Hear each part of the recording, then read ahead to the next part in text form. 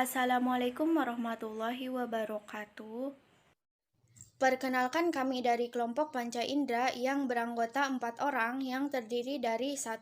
Devina Oktaviana Nursyahbani, 2. Fida Najmatudini, 3. Fitri Gusman Afandi, dan 4. Sinta Farunisa. Selamat menyaksikan. Sebelum masuk kepada organ-organ indera, di sini saya akan menjelaskan apa itu sistem indera, apa itu alat indera, dan organ-organ apa saja yang termasuk kepada alat indera. Sistem indera adalah bagian dari sistem saraf yang berfungsi untuk proses informasi indera. Di dalam sistem indera terdapat reseptor indera, jalur saraf, dan bagian dari otak ikut serta dalam tanggapan indera. Apa sih yang dimaksud dengan reseptor? Reseptor adalah penerima rangsangan. Reseptor utama pada manusia dibagi menjadi 4. Yang pertama ada mekonoreseptor, yang kedua kemoreseptor, yang ketiga termoreseptor, dan yang keempat ada fotoreseptor. Mungkin di sini akan bertanya-tanya, apa sih yang dimaksud dengan stimulus? Stimulus adalah perubahan-perubahan yang terjadi di lingkungan, dapat berupa perubahan cahaya, suhu, dan rasa. Stimulus dideteksi dan ditanggapi oleh reseptor, yaitu organ-organ indera. Yang pertama ada mekonoreseptor. Mekonoreseptor yaitu untuk mendeteksi stimulus yang berupa energi mekanik, misalnya sentuhan, tekanan, dan gesekan atau suara. Contohnya pada kulit dan telinga.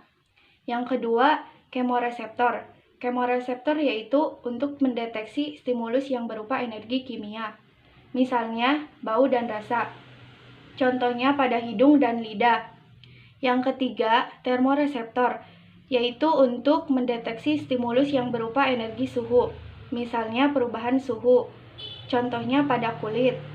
Yang keempat, ada fotoreseptor, yaitu untuk mendeteksi stimulus yang berupa energi elektromagnetik, misalnya cahaya. Contohnya pada alat indera. Alat indera atau panca indera adalah alat-alat tubuh yang berfungsi mengetahui keadaan di luar. Alat indera pada manusia dibagi menjadi 5. Yang pertama ada indera penglihatan atau mata, yang kedua ada indera pendengaran atau telinga, yang ketiga ada indera pembau atau hidung, yang keempat ada indera pengecap atau lidah, dan yang kelima ada indera peraba atau kulit.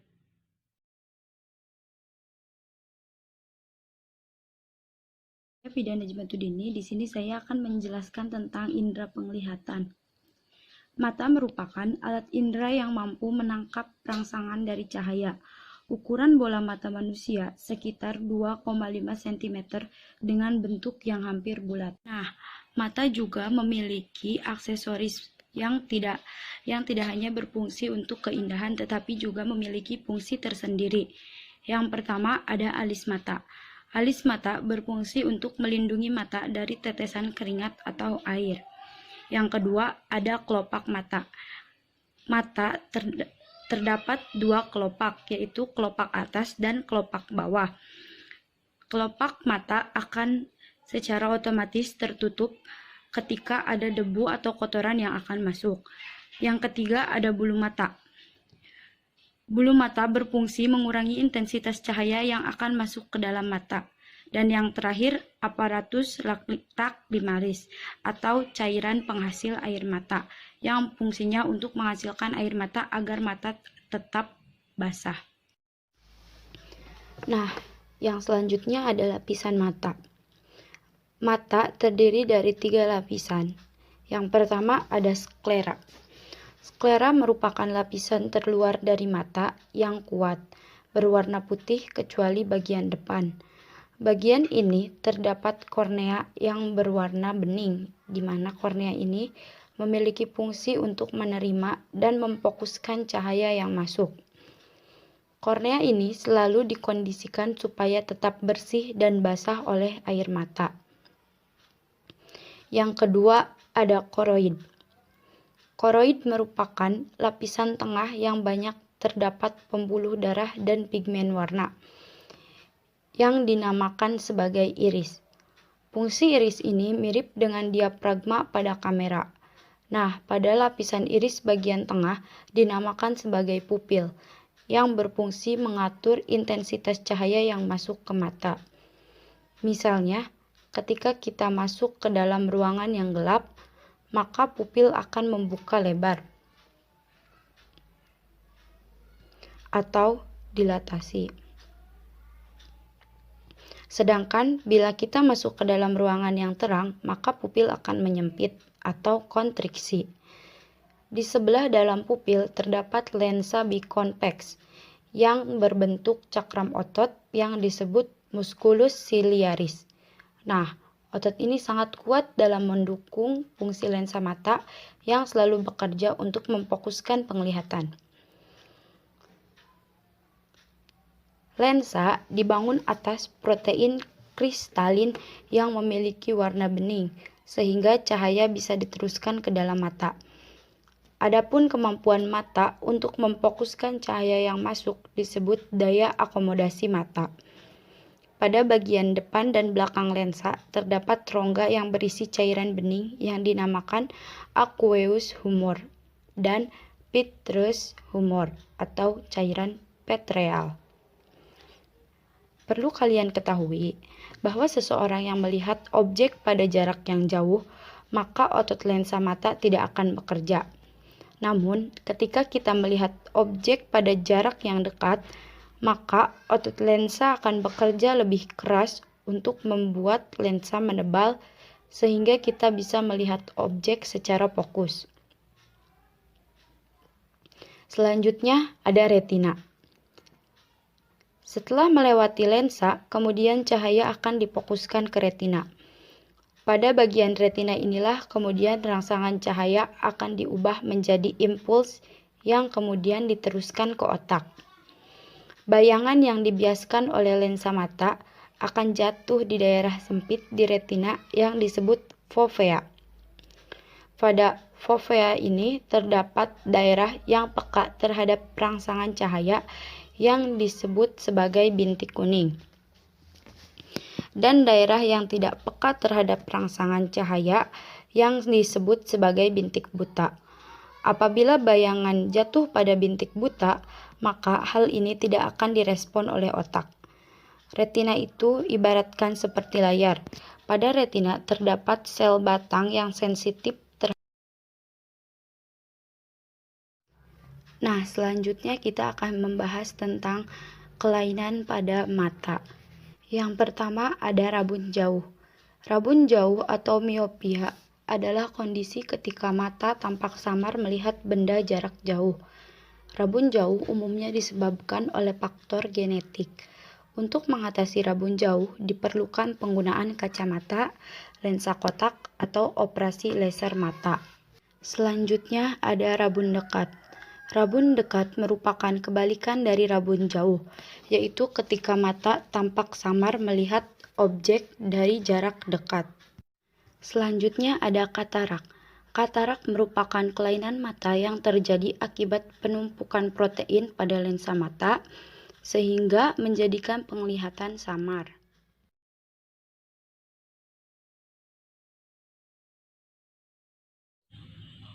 Di sini saya akan menjelaskan tentang organ telinga. Telinga adalah organ yang mampu mendeteksi, mengenali suara, dan juga peran lebih besar dalam keseimbangan dan posisi tubuh. Apa sih yang dimaksud dengan suara? Suara adalah bentuk energi yang bergerak melalui udara, air, atau benda lainnya dalam sebuah gelombang. Dan apa sih fungsi telinga? Fungsi utama telinga adalah untuk mendengar. Selanjutnya, saya akan membahas bagian-bagian telinga.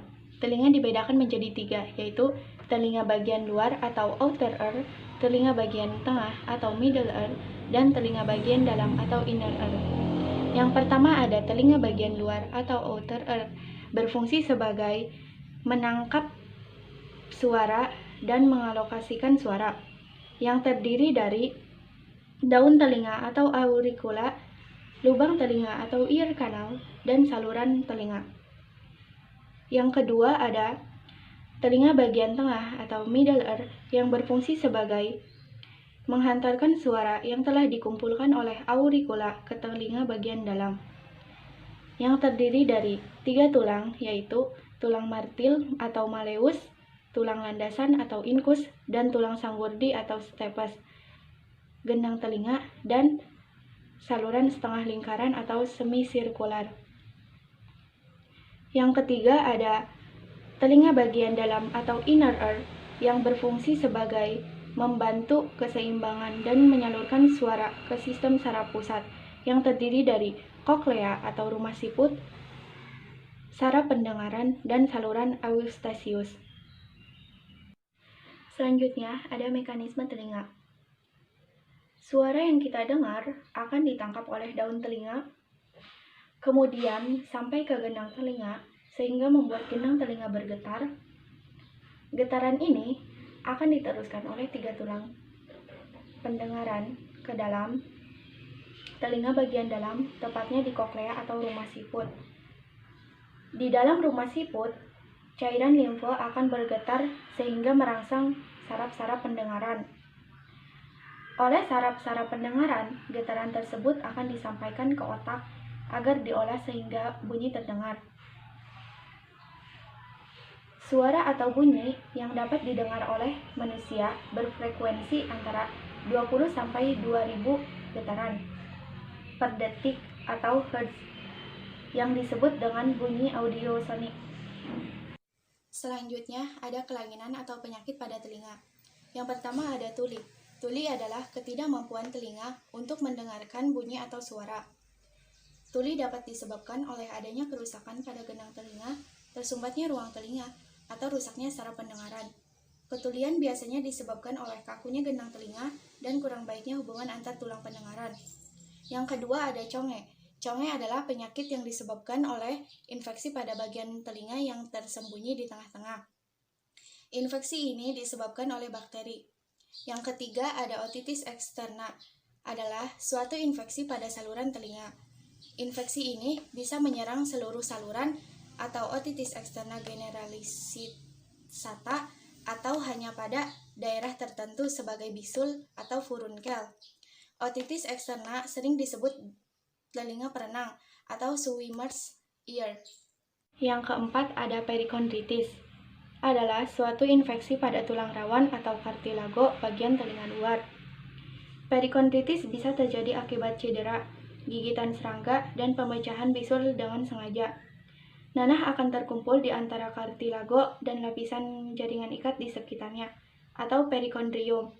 Kadang nanah menyebabkan terputusnya aliran darah ke kartilago dan menyebabkan kerusakan pada kartilago, dan pada akhirnya menyebabkan kelainan bentuk telinga. Meskipun bersifat merusak dan menahun, tetapi perikondritis cenderung hanya menyebabkan gejala-gejala yang ringan. Yang kelima ada eksim, adalah suatu peradangan kulit pada telinga luar dan saluran telinga yang ditandai dengan gatal-gatal, kemerahan, pengelupasan kulit, kulit yang pecah-pecah, serta keluarnya cairan dari telinga. Keadaan ini bisa menyebabkan infeksi pada telinga luar dan saluran telinga. Yang keenam ada cedera. Cedera pada telinga luar atau misalnya pukulan tumpul bisa menyebabkan memar di antara kartilago dan perikondrium. Yang ketujuh ada tumor. Pada telinga bisa bersifat jinak atau ganas atau kanker. Tumor yang jinak bisa tumbuh di saluran telinga, menyebabkan penyumbatan dan penimbunan kotoran telinga serta ketulian. Contoh dari tumor jinak pada saluran telinga adalah yang pertama ada kista sebasea atau kantong kecil yang terisi sekresi dari kulit. Yang kedua ada osteoma atau tumor tulang. Yang ketiga ada keloid atau pertumbuhan dari jaringan ikat yang berlebihan setelah terjadinya cedera. Yang kedelapan ada kanker. Kanker sel basal dan kanker sel squamosa seringkali tumbuh pada telinga luar setelah pemaparan sinar matahari yang lama dan berulang-ulang. Pada stadium dini bisa diatasi dengan pengangkatan kanker atau terapi penyinaran. Dan pada stadium lanjut mungkin perlu dilakukan pengangkatan daerah telinga luar yang lebih luas. Jika kanker telah menyusup ke kartilago, dilakukan pembedahan. Warahmatullahi wabarakatuh. Perkenalkan, nama saya Fitri Gusman dari kelas 11 MIPA 3. Saya akan menjelaskan tentang hidung. Hidung adalah bagian yang paling menonjol di wajah, berfungsi untuk menghirup udara, pernapasan, menyaring udara, menghangatkan udara pernapasan, dan berperan dalam resonansi suara. Hidung juga merupakan alat indera yang menanggapi rangsang berupa bau atau zat kimia yang berupa gas.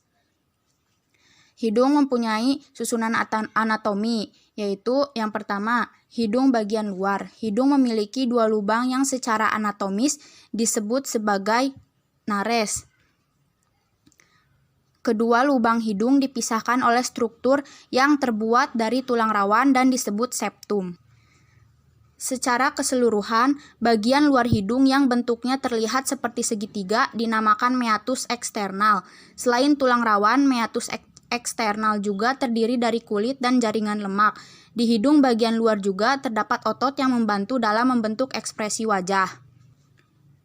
Yang kedua ada rongga hidung. Struktur ini dimulai dengan bagian depan lubang hidung yang dinamakan vestibulum. Area ini dilapisi oleh lapisan sel yang bernama epitelium. Di belakang vestibulum terdapat struktur yang bernama concha nasalis atau turbinate. Lalu di atasnya ada area olfaktori yang berperan dalam proses penciuman. Area ini adalah satu-satunya bagian yang tidak berperan dalam proses pernapasan. Lalu di area rongga hidung paling belakang terdapat nasofaring yang menghubungkan hidung dengan mulut. Di dalam nasofaring ada semacam saluran yang mengaitkan hidung dan mulut ke telinga bagian tengah. Yang ketiga adalah membran mukosa. Membran mukosa merupakan bagian yang melapisi sebagian besar area rongga hidung. Lapisan ini berfungsi untuk membuat udara yang kita hirup menjadi lebih lembab dan hangat. Selain itu, lapisan membran mukosa juga berfungsi untuk menyaring udara. Proses ini memungkinkan udara yang masuk ke paru-paru sudah dalam keadaan bersih dan siap diedarkan ke seluruh tubuh. Yang terakhir adalah lubang sinus. Lubang sinus juga merupakan bagian dari struktur rongga hidung, terdiri dari 4 jenis. Lubang-lubang ini berfungsi untuk meringankan beban di tengkorak kepala, sehingga kepala kita tidak terasa terlalu berat. Bagian-bagian lubang sinus yaitu sinus etmoidal. Sinus ini terletak di area dekat batang hidung. Sinus ini sudah muncul sejak lahir dan akan terus berkembang. Yang kedua adalah sinus maksila. Sinus ini terletak di area dekat pipi dan sudah muncul sejak awal lahir. Sama seperti sinus etmoidal, sinus maksila juga akan terus berkembang. Yang ketiga adalah sinus frontalis. Sinus ini terletak di area dahi. Berbeda dari dua sinus sebelumnya, sinus ini tidak muncul sejak awal kelahiran dan baru terbentuk pada usia sekitar 7 tahun. Yang terakhir adalah sinus sphenoidal. Terletak paling dalam dibanding sinus-sinus yang lain. Sinus sphenoidal tersembunyi di balik rongga hidung. Sinus ini pun biasanya baru terbentuk saat seseorang sudah memasuki usia remaja. Fungsi-fungsi hidung dan cara kerjanya. Yang pertama, fungsi hidung dalam sistem pernapasan. Sudah jadi pengetahuan umum bahwa hidung manusia berperan dalam proses pernapasan. Hidung merupakan pintu masuk udara yang utama. Udara yang masuk kemudian akan diolah di rongga hidung seperti dilembabkan dan dihangatkan agar lebih layak masuk ke paru-paru. Yang kedua, fungsi hidung dalam sistem pertahanan tubuh. Di rongga hidung, udara juga melalui proses penyaringan. Proses ini dilakukan oleh lendir yang terdapat di membran mukosa. Lendir tersebut akan menangkap debu, bakteri, maupun partikel-partikel penyebab penyakit. Selain lendir yang biasa disebut ingus, kotoran juga disaring oleh rambut-rambut halus yang bernama silia. Dengan begitu, udara yang masuk ke dalam paru-paru adalah udara yang bersih. Itulah sebabnya hidung dianggap penting dalam sistem pertahanan tubuh. Yang ketiga adalah fungsi hidung sebagai indera penciuman. Hidung juga berfungsi sebagai indera penciuman. Kemampuan ini merupakan salah satu dari sekian banyak cara tubuh untuk mendapatkan informasi mengenai berbagai hal yang sedang terjadi di sekitar kita. Hidung kita bisa mencium bau-bau tertentu karena di dalamnya terdapat reseptor yang sensitif terhadap partikel bau di udara. Reseptor ini berukuran sangat kecil, tapi jumlahnya sangat banyak. Bahkan di dalam satu hidung terdapat sekitar 10 juta reseptor. Hal ini memungkinkan otak kita mengenali sekitar 10.000 jenis bau yang berbeda. Yang terakhir adalah fungsi hidung dalam membantu pengecapan makanan. Banyak orang berpikir bahwa organ yang berkaitan dengan pengecapan makanan hanyalah lidah, padahal hidung juga memiliki peran yang penting agar kita bisa merasakan makanan dan minuman yang dikonsumsi. Kemampuan manusia dalam mencium aroma makanan dan merasakan makanan ternyata bekerja sama agar kita bisa merasakan kenikmatan asupan secara maksimal. Itulah sebabnya saat hidung sedang mampet, makanan yang Anda konsumsi pun terasa kurang enak. Sekian dari saya. Terima kasih. Wassalamualaikum warahmatullahi wabarakatuh. Di sini saya akan menjelaskan tentang lidah. Lidah adalah organ yang tersusun dari otot. Permukaan lidah dilapisi oleh lapisan epitelium yang banyak mengandung kelenjar lendir dan reseptor pengecap. Otot tersebut dibagi menjadi dua, yaitu ekstrinsik dan intrinsik. Tadi kan telah dibahas, otot pada lidah dibagi menjadi dua, yaitu otot intrinsik dan otot ekstrinsik. Otot intrinsik adalah otot yang membentuk lidah, dibagi menjadi 4, yaitu longitudinal superior, longitudinal inferior, transversal, dan vertikal. Yang pertama ada longitudinal superior. Otot inilah yang memungkinkan ujung lidah menekuk. Otot ini juga berperan saat Anda melipat lidah ke atas. Yang kedua ada longitudinal inferior. Otot ini yang berperan saat Anda menekuk otot ke bawah dan memperpendek maupun memperpanjang lidah. Yang ketiga ada transversal. Otot transversal lidah adalah otot yang berperan saat Anda menjulurkan lidah dan membuatnya menjadi lebih panjang dan sempit. Yang keempat ada vertikal. Otot vertikal lidah berperan saat lidah bergerak melebar di dalam mulut sehingga mendorong bagian belakang gigi. Yang pertama ada genioglossus. Otot ini berbentuk seperti kipas dan merupakan penyusun sebagian besar bagian lidah. Otot ini memungkinkan lidah bergerak lebih ke dalam, menjulur keluar, atau melakukannya secara bergantian dalam waktu yang cepat. Yang kedua ada hyoglossus. Otot hyoglossus berbentuk tipis dan berfungsi untuk menarik lidah kembali ke dalam rongga mulut. Yang ketiga ada styloglossus, yaitu bersama dengan otot hyoglossus, styloglossus berperan dalam menarik lidah ke belakang sehingga proses menelan bisa berjalan dengan lancar. Yang keempat ada palatoglossus. Palatoglossus yaitu otot ini berfungsi untuk mengangkat lidah bagian belakang. Selanjutnya ada fungsi lidah. Fungsi lidah yang pertama yaitu untuk mengecap rasa. Yang kedua untuk makan dan minum. Yang ketiga membantu proses pengunyahan. Yang keempat membantu proses menghisap. Yang kelima, bagian dari sistem pertahanan tubuh, dan yang terakhir, membantu berbicara. Selanjutnya ada bagian-bagian lidah. Yang pertama ada katup pangkal tenggorokan. Yang kedua ada amandel lidah atau tongsil. Yang ketiga ada amandel langit-langit tenggorokan. Yang keempat ada celah lidah. Yang kelima ada ujung lidah. Yang keenam ada tubuh lidah. Yang ketujuh ada sir summa velet papilla, dan yang kedelapan ada celah ujung. Untuk bagian pangkal itu sebagai pengecap rasa pahit. Sedangkan untuk bagian atas, kanan maupun kiri itu untuk pengecap rasa asam. Dan untuk bawah, kanan maupun kiri itu untuk mengecap rasa asin. Dan yang di ujung lidah ini untuk mengecap rasa manis. Mungkin untuk kalian yang pecinta pedas bertanya-tanya, bagian manakah yang berperan sebagai alat pengecap rasa pedas? Sebenarnya, rasa pedas itu bukan rasa yang dapat dirasakan oleh lidah, sebab rasa pedas tersebut muncul akibat adanya zat kimia yang bernama capsaicin.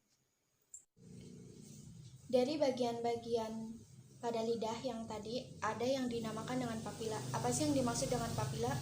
Papila adalah organ yang berupa tonjolan. Terdapat 3 jenis papila, yaitu yang pertama ada papila filiformis, yang kedua ada papila circumvallata, dan yang ketiga ada papila fungiformis. Yang pertama ada papilla filiformis, yang berbentuk seperti benang halus, banyak terdapat pada bagian depan lidah. Kurang lebih seperti ini gambarnya. Dan yang kedua ada papilla circumvallata, tersusun bulat, berbentuk seperti huruf V, terbalik di belakang lidah yang berjumlah 7-9 buah. Kurang lebih seperti ini gambarnya. Dan yang ketiga ada papilla fungiformis, berbentuk tonjolan seperti kepala jamur, banyak terdapat pada bagian depan lidah dan bagian tepi lidah. Kurang lebih seperti ini gambarnya. Selanjutnya ada mekanisme lidah. Makanan atau minuman yang telah berupa larutan di dalam mulut akan merangsang ke ujung-ujung saraf pengecap. Oleh saraf-saraf pengecap, rangsangan rasa ini diteruskan ke pusat saraf pengecap di otak. Selanjutnya, di otak akan menanggapi rangsangan tersebut sehingga kita dapat merasakan rasa suatu jenis makanan atau minuman. Selanjutnya, ada kelainan atau penyakit pada lidah. Yang pertama ada oral candidosis. Penyebabnya adalah jamur yang disebut Candida albicans. Gejalanya yaitu lidah akan tampak tertutup lapisan putih yang dapat dikerok. Yang kedua ada anthropic glossitis. Lidah akan terlihat licin dan mengkilat baik seluruh bagian lidah maupun hanya sebagian kecil. Penyebab yang sering biasanya adalah kekurangan zat besi. Jadi banyak ditemukan pada penderita anemia. Yang ketiga ada geographic tongue. Gejalanya yaitu lidah seperti peta, berpulau-pulau, bagian pulau itu berwarna merah dan lebih licin dan bila parah akan dikelilingi pita putih tebal. Yang keempat ada fissured tongue.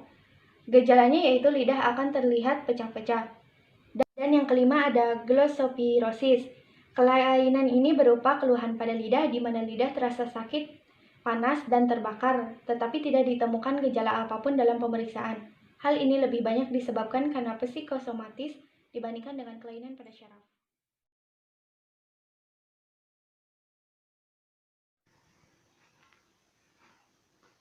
Di sini saya akan menjelaskan tentang panca indera peraba yang ada pada kulit. Pertama ada fungsi kulit, yaitu indera peraba menghasilkan keringat dan minyak, melindungi tubuh dari sinar matahari, dan melindungi otot dari gesekan benda luar. Indera peraba kita adalah kulit. Kita dapat merasakan adanya sentuhan, rasa nyeri, panas, dingin, dan kasar halus. Bagian kulit yang paling peka terhadap rangsangan adalah ujung jari dan bibir. Kulit juga memiliki fungsi sebagai sistem ekskresi, seperti mengeluarkan keringat, sebagai pelindung organ dalam tubuh seperti otot dan tulang, sebagai pengatur suhu tubuh seperti panas dan dingin, dan sebagai indera peraba. Sebagai indera peraba, kulit dilengkapi berbagai macam reseptor yang peka terhadap berbagai macam rangsangan seperti raban atau sentuhan, tekanan, dan suhu. Di sini juga ada struktur dan bagian-bagian penting dalam kulit, yaitu ada epidermis, dermis, dan hipodermis. Pada dermis terdiri atas rambut halus yang berfungsi untuk sebagai pelindung kulit di bagian dalam, dan juga terdiri atas lapisan tanduk yang berfungsi untuk lapisan pelindung kulit karena tidak mudah ditembus oleh udara, air, atau partikel-partikel asing. Di bagian dermis juga terdiri atas saraf reseptor yang berfungsi untuk menerima segala bentuk perubahan rangsangan seperti dingin, panas, sakit, atau tekanan. Ada juga kelenjar keringat yang berfungsi untuk menghasilkan keringat untuk membuang kotoran dan panas yang berlebih. Ada juga kelenjar minyak yang berfungsi untuk melembabkan kulit. Ada folikel rambut yang berfungsi untuk tempat pembentukan rambut-rambut halus, dan pembuluh darah yang berfungsi untuk mengalirkan darah dan membawa nutrisi bagi kulit. Di dalam hipodermis juga terdiri atas adiposa. Adiposa ini berfungsi untuk menyimpan lemak. Di dalam lemak ini berfungsi untuk cadangan energi dan menghangatkan tubuh. Pada kulit terdapat reseptor khusus untuk dapat membedakan sentuhan, tekanan, temperatur, serta rasa nyeri atau sakit. Sebagian besar reseptor terletak pada lapisan dermis, dan ada juga yang terletak pada lapisan epidermis. Pada ujung saraf tersebut ada yang terselubung kapsul jaringan ikat atau yang disebut corpuscle, dan juga ada yang tidak terbungkus atau yang disebut ujung-ujung saraf bebas. Pada umumnya, setiap jenis reseptor hanya mampu menerima satu jenis rangsangan saja. Tipe dan jenis reseptor tersebut adalah yang pertama ada nyeri. Reseptor rasa nyeri berupa ujung saraf bebas. Yang kedua panas. Reseptor panas berupa corpus ruffini. Yang ketiga ada dingin. Korpus dingin berupa corpus Krause. Yang keempat ada sentuhan. Reseptor sentuhan berupa corpus Meissner. Dan yang kelima ada tekanan. Reseptor tekanan berupa corpus Pacini, corpus Ruffini, dan corpus Krause.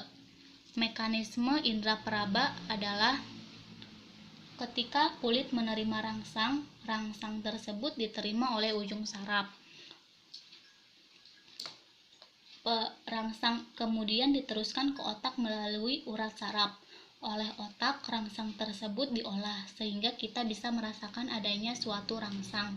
Selanjutnya, otak akan memerintahkan tubuh untuk menanggapi rangsangan tersebut. Misalnya, ketika kulit kita tertusuk jarum atau tersentuh benda panas, maka reseptor nyeri yang ada di hampir setiap jaringan tubuh merasakan nyeri. Rangsangan ini diubah ke dalam bentuk impuls yang dihantarkan ke pusat nyeri di korteks otak. Setelah diproses di pusat nyeri otak, maka kita akan merasakan persepsi nyeri. Ada pula kelainan dan penyakit pada kulit. Yang pertama ada eksim atau dermatitis.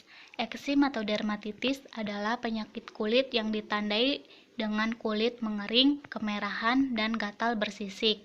Penyebab eksim atau dermatitis ini adalah ketidakmampuan kulit dalam mengatasi perbaikan kulit yang menyebabkan kuman dan bakteri mudah masuk ke dalam kulit. Pencegahannya dengan cara merawat kulit dengan baik dan benar. Hindari kulit yang terlalu kering atau terlalu basah karena bakteri mudah masuk, dan jaga kulit tetap lembab dan tidak memiliki keringat berlebih. Pengobatannya dengan cara mengoleskan krim atau salep yang mengandung kortikosteroid. Yang kedua ada jerawat. Jerawat adalah gangguan kronis pada kelenjar keringat yang ditandai dengan munculnya bintik-bintik pada beberapa bagian tubuh, seperti wajah, leher, punggung, dan dada. Penyebab terjadinya jerawat adalah oleh bakteri Propionibacterium acnes. Selain bakteri ini juga, perubahan hormon juga bisa menyebabkan timbulnya jerawat. Misalnya pada wanita yang sedang PMS atau juga hamil, maka jerawat akan timbul di wajahnya. Pencegahannya juga dapat dengan cara menjaga kebersihan kulit wajah, minimal 2 kali sehari membersihkan wajah dengan menggunakan pembersih wajah. Cara pengobatannya juga dengan mengoleskan gel pelembab dan krim anti jerawat. Yang ketiga ada kudis. Kudis adalah ruam kulit yang sangat gatal dan dapat menimbulkan keropeng. Penyebabnya infeksi caplak atau tungau. Pencegahan kudis ini menjaga kebersihan hewan piaraan dan menghindari kontak dengan hewan liar karena pada hewan liar ini mengandung caplak atau tungau. Karena caplak atau tungau ini bisa masuk ke permukaan kulit kita dan menginfeksi sehingga timbul kudis.